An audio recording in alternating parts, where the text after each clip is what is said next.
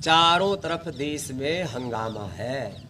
छोटे छोटे स्कूल कॉलेजों से बच्चे निकल रहे हैं कि हमारे यहाँ टीचर नहीं है, हमारे यहाँ लाइट नहीं है, हमारे यहाँ पानी नहीं है, हमारे यहाँ शौचालय नहीं है, हमारे यहाँ टीचर है तो किताबें नहीं है, किताबें हैं तो टीचर नहीं है, और टीचर है तो पढ़ाई में नकल हो जाती है, कहीं पेपर लीक हो जाता है, और पेपर पास भी कर लिया, 10वीं 12वीं का बोर्ड एग्ज़ाम भी दे लिया, तो 10वीं 12वीं के जो एग्ज़ाम के मार्क्स हैं वो कहीं जुड़ते ही नहीं है।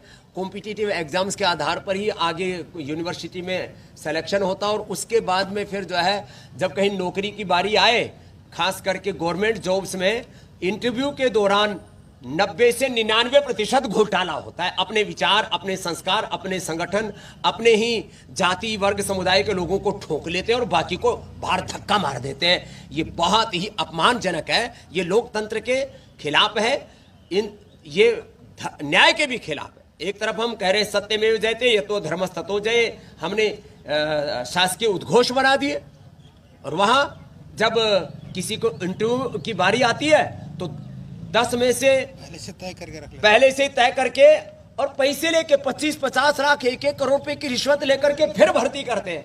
अब ऐसे ही आंदोलन करना पड़ा तो देश कैसे चलेगा? इसलिए भाई सुधर जाओ, नहीं तो देश में आंदोलन और ज्यादा भी हो सकते हैं। आंदोलन के नाम पर मैं अराजकता, अनार्की का समर्थक नहीं हूं, लेकिन भाई ये बात तो जरूर है, देश में घपला भी बहुत है।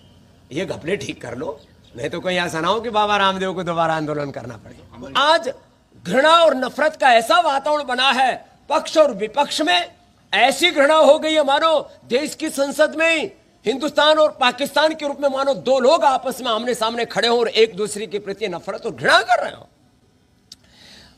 धिक्कार है उन लोगों को, लानत है उन लोगों को, कलंक है वो भारत के नागरिकों के नाम पर जो एक दूसरे से घृणा और नफरत करते हैं, राजनीतिक तौर पर नफरत करते हैं, जातीय तौर पर नफरत करते हैं। ब्राह्मण, क्षत्रिय, वैश्य, शूद्र, दलित, आदिवासी, वनवासी, हिंदू, मुसलमान, सिख, ईसाई, जैन, बौद्ध एक दूसरे के सामने ऐसे बैर विरोध के साथ खड़े हो गए मानो एक दूसरे के खून के प्यासे हो।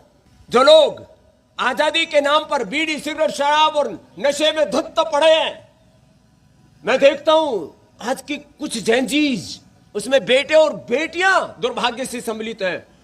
माने एक सुट्टा मार के और फिर आधा 1 मिनट तक इतना धुआं उड़ाते हैं कि उसमें कुछ दिखता ही नहीं, और फिर कह रहे हैं हम आजाद देश के नागरिक हैं, मेरा जीवन मेरी मर्जी। अरे भैया, मन मर्जी का नाम स्वतंत्रता नहीं है, उच्छृंखलता है। कुछ लोग जो है बीड़ी, सिगरेट, शराब भी पी रहे हैं, तो हम ये कह रहे हैं जो बुराइयां हैं उनको दूर करो, अच्छाइयों को साथ में लेकर के आगे बढ़ो। सभी को अपनी भूमिका अच्छी निभानी चाहिए। सत्ता पक्ष को विपक्ष से इतना प्यार करना चाहिए माता पिता के समान, ये लोकतंत्र है।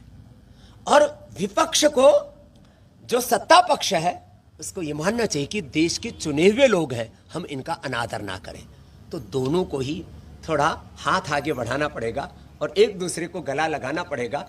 बाकी तो मिलोनी पिलोनी को हम जानते हैं।